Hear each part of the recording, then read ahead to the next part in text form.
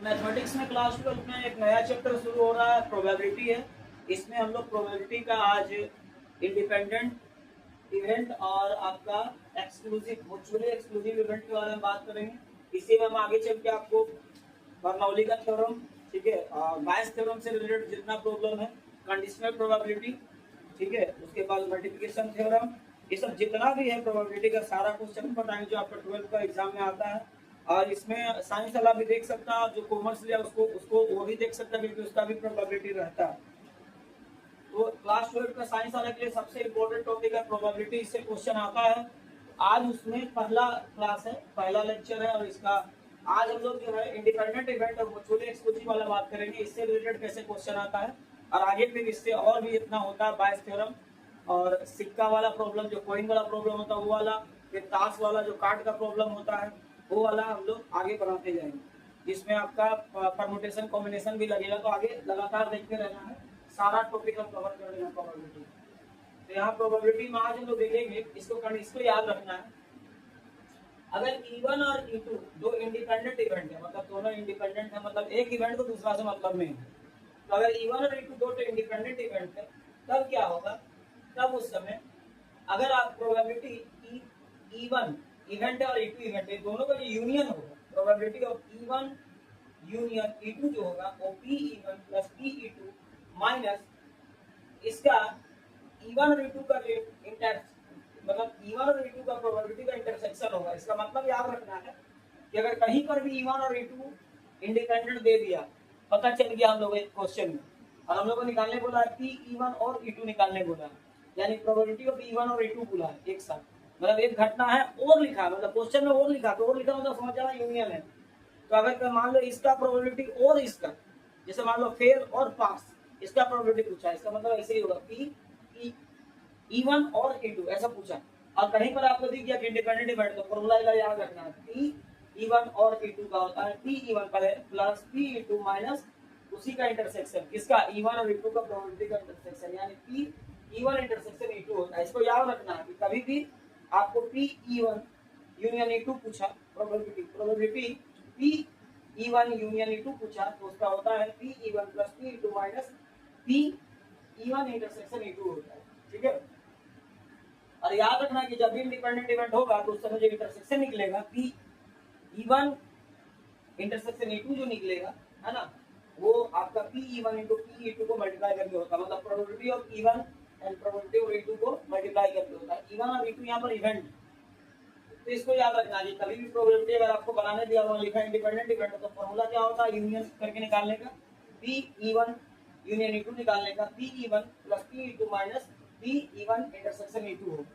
और वहां पर इंटरसेक्शन कैसे निकलेगा, तो P1 इंटरसेक्शन E2 जो है P probability of E1 into multiplied by probability of E2, मतलब दोनों प्रोबेबिलिटी E1 और E2 को मल्टीप्लाई करते हैं। लेकिन अगर म्यूचुअली एक्सक्लूसिव हो गया तो ये क्या है, तो इंडिपेंडेंट में तो बता दी कि एक इवेंट को दूसरा से मतलब नहीं होगा, ठीक है। जैसे मान लो वो सिक्का फेंक रहा है, अरे वो कार्ड फेंक रहा है, तो सिक्का फेंक रहा है और कार्ड फेंक रहा है, तो दोनों का ऑपोनेंट एक दूसरे से मतलब नहीं है, ठीक है। लेकिन यहाँ पर एक और कंडीशन दे सकता है, दो ही कंडीशन देता है, या तो इंडिपेंडेंट देगा या एक्सक्लूसिव देगा। और अगर E1 और E2 बार म्यूचुअली एक्सक्लूसिव ऐसे लिख दिया इवेंट के बारे में, ठीक है, उस समय ये फॉर्मूला जो है यहाँ से इंटरसेक्शन टर्म हट जाता है। उस समय अगर आपको P1 यूनियन E2 निकालना है, तो उस समय P1 और P2 खाली जोड़ देना हो जाएगा, और उस समय इंटरसेक्शन 5 होता है। तो म्यूचुअली एक्सक्लूसिव मतलब यही होता है कि दो इवेंट में इंटरसेक्शन का वैल्यू 0 हो या 5। तो कभी भी दो इवेंट में E1 इंटरसेक्शन E2 का वैल्यू अगर 5 आ रहा है, तो इसका मतलब उसको बोलते हैं म्यूचुअली एक्सक्लूसिव इवेंट बोलते हैं, ठीक है। अब इससे कुछ मैथ बनाएंगे जो आता है, देखते हैं, इसको खींच लो, सबसे मेन फॉर्मूला, इसी से सारा मैथ आगे बनेगा, ठीक।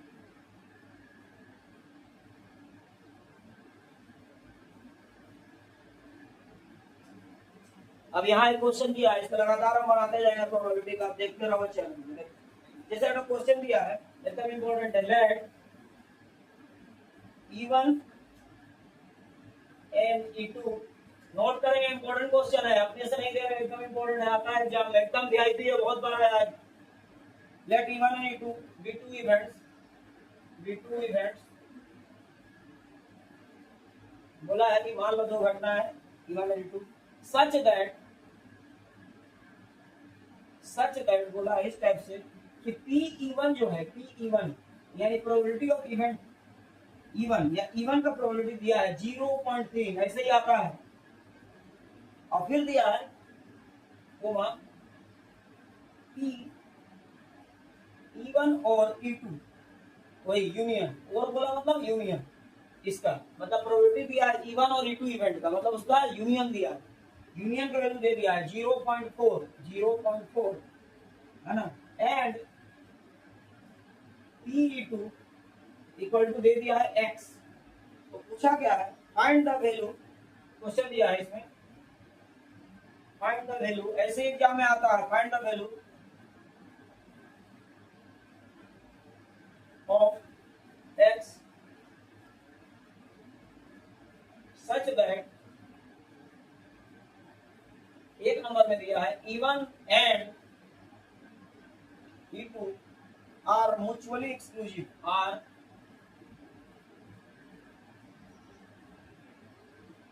म्यूचुअली एक्सक्लूसिव, ठीक है।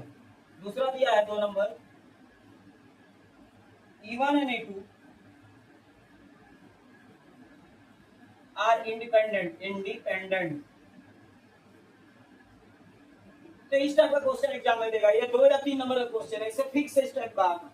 तो यहाँ दे दिया है पूरा E1 और E2 भी 2 इवेंट्स, E1 और E2 दो इवेंट्स है, और सच दैट Pe1 दे दिया है 0.3 है, फिर Pe1 और E2 दे दिया है 0.4 है, तो बोल, और Pe2 भी x दे दिया है, तो आपको निकालना है x का वैल्यू। इसका मतलब साफ है कि आपको Pe2 निकालना है। तो पहला कंडीशन हम लोग बनाते हैं, पहला में क्या दिया है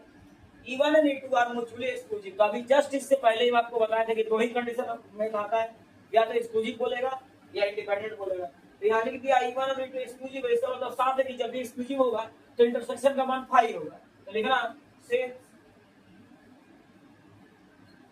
E1 and E2 are mutually exclusive,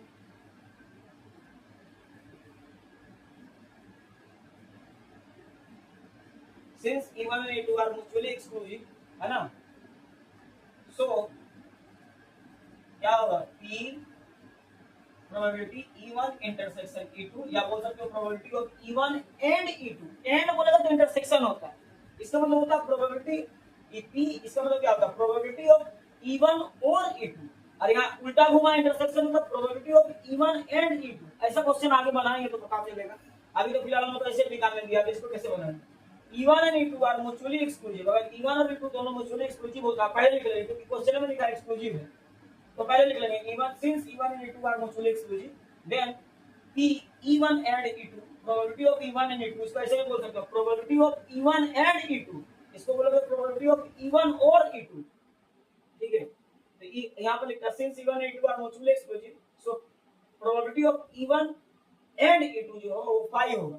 theorem से अभी बताएं तो 5 होगा, 5 मतलब 0, कुछ नहीं होगा, ठीक है। तभी तो म्यूचुअली एक्सक्लूसिव है, क्योंकि जहां एक्सक्लूसिव बोला मतलब P E1 और E2 जो sorry P E1 and E2 जो है वो 5 होगा, तो पहले लिख देना 5 होगा 0 होगा। और उस समय इसका फॉर्मूला पूछा, किसका पूछा निकालना है, और हम तुम और बताए भी थे कि जब एक्सक्लूसिव होगा अब हमको निकालना क्या P2 निकालना, तो फॉर्मूला याद करो, उस समय यूनियन का उसका फॉर्मूला क्या था, वहीं पर डालने से E2 निकलेगा, क्या फॉर्मूला था जस्ट ऊपर में बताए थे, देखो वहां जाके बताए P E1 और E2 यानी प्रोबेबिलिटी ऑफ E1, इसको ऐसे पढ़ेंगे प्रोबेबिलिटी ऑफ E1 और E2 क्या होता है एक्सक्लूसिव होने पर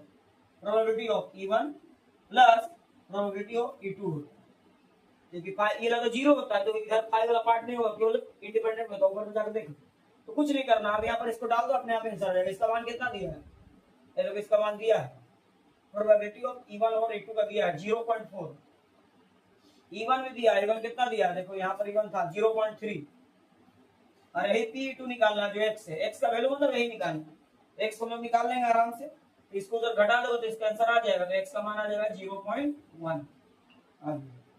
इस तरह से एक तो बैंक बन गया, ठीक है। लिख लो इसको, जो दूसरा बोला खींच लो इसको, जिसको खींचना है जूम करके जो करके करना है खींच लो। इसके बाद यही चैप्टर में हम लोग बाइनोमियल, इसका आपका इसी में हम लोग बर्नौली का थ्योरम, ठीक है, बायस थ्योरम, ये सबसे रिलेटेड मैं बता देंगे, प्रोबेबिलिटी का हर एक चैप्टर बताएंगे, हर एक क्वेश्चन बताएंगे, लॉन्ग इस शॉर्ट से स्टार्ट किए 2 या 3 नंबर, फिर लॉन्ग चलेगा इसके। हो गया, मिटा रहे। 1 नंबर बन गया। 1 नंबर में कंडीशन था म्यूचुअली एक्सक्लूसिव, लेकिन 2 नंबर में क्या बोला है, E1 और E2 इंडिपेंडेंट है, तो फिर यहां लिखना है 2 नंबर देखिए, सिंस E1 एंड E2 है ना आर इंडिपेंडेंट, इंडिपेंडेंट इवेंट दे दिया, event, so P E1 and E2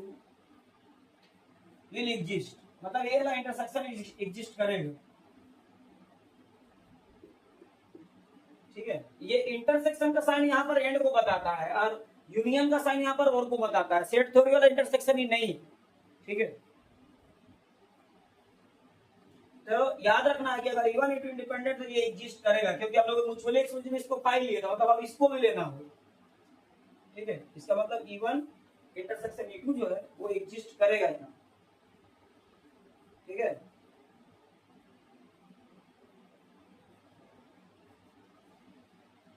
तो E1 E2 एग्जिस्ट करेगा। अब फिर हम लोग को ये भी पता है, क्या पता है कि हम लोग को इसका मतलब एग्जिस्ट करेगा, मतलब हम लोग को पहले यहाँ पर P E1 एंड E2 निकालना होगा, उसको निकालना होगा, तो उसका भी फॉर्मूला हम बताए थे। इंडिपेंडेंट में क्या होता है, P E1 इंटरसेक्शन E2 का फॉर्मूला होता है P E1 into E2, P E2, probability of E1 into probability of E2, ये होता है। तो यहाँ डाल के पहले उसको निकाल लो, तो यहाँ इसको निकाल लेंगे पहले हम लोग, तो किसको डालना पड़ेगा, E1 कितना दिया, E1 0.3, फिर P2 कितना माना है x, इसका आ जाएगा 0.3x, हो गया। उसके बाद अब हम लोग को क्या निकालना है, x निकालना है, तो फिर वही फॉर्मूला, इसके लिए क्या डालेंगे, इसका फॉर्मूला क्या होगा, यूनियन वाला फॉर्मूला P E1 और E2, probability of event E1 और E2 या प्रोबेबिलिटी ऑफ E1 और E2 क्या होता है, अगर इंडिपेंडेंट है तो P E1 plus P E2 minus वही इंटरसेक्शन वैल्यू होता है, या फिर आप बोल सकते हो कि P probability of E1 and E2 होता है, ये वाला होता है। इसीलिए तो उसको निकाले थे क्योंकि एग्जिस्ट करता है इंडिपेंडेंट को। अब जो जो मान दिया उसको डालो, अपने निकलेगा। यूनियन तो दिया है, यानी प्रोबेबिलिटी ऑफ E1 और E2 दिया है 0.4, यहाँ लिखेंगे 0.4, P1 भी दिया है, P1 आपको कितना 0.3, P2 निकालना है, x है वही निकालना है। अरे इंटरसेक्शन भी अभी पता चला है, यानी P1 एंड E2 दिया है, वो भी दिया है 0.3x, कितना है 0.3x, फिर यहाँ आ जाएगा 0.4, यहाँ 0.3, यहाँ पर x है, यहाँ पर भी x कॉमन ले लो, तो 1 माइनस 0.3 हो जाएगा। फिर देखो यहाँ पर इसको उधर ले जाओ, घट के हो जाएगा 0.4 माइनस 0.3, यहाँ पर हो जाएगा x और 1.1 से 0.3 घटाओ क्या होगा 0.3, तो यहाँ हो जाएगा 0.7। ठीक है, क्या हो जाएगा 0.7, तो यहाँ पर आ जाएगा 0.7, यहाँ पर आ जाएगा 0.1 x, फिर 0.7, फिर x को लोगे जब x,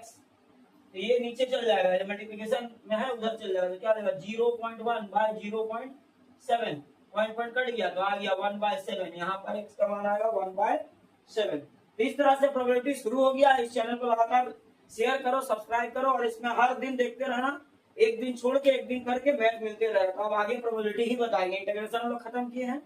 इसको चल रहे हैं, तो ये खींच लो, इसको बहुत इंपॉर्टेंट एग्जाम में आएगा। नेक्स्ट डे और इससे रिलेटेड क्वेश्चन बताएं।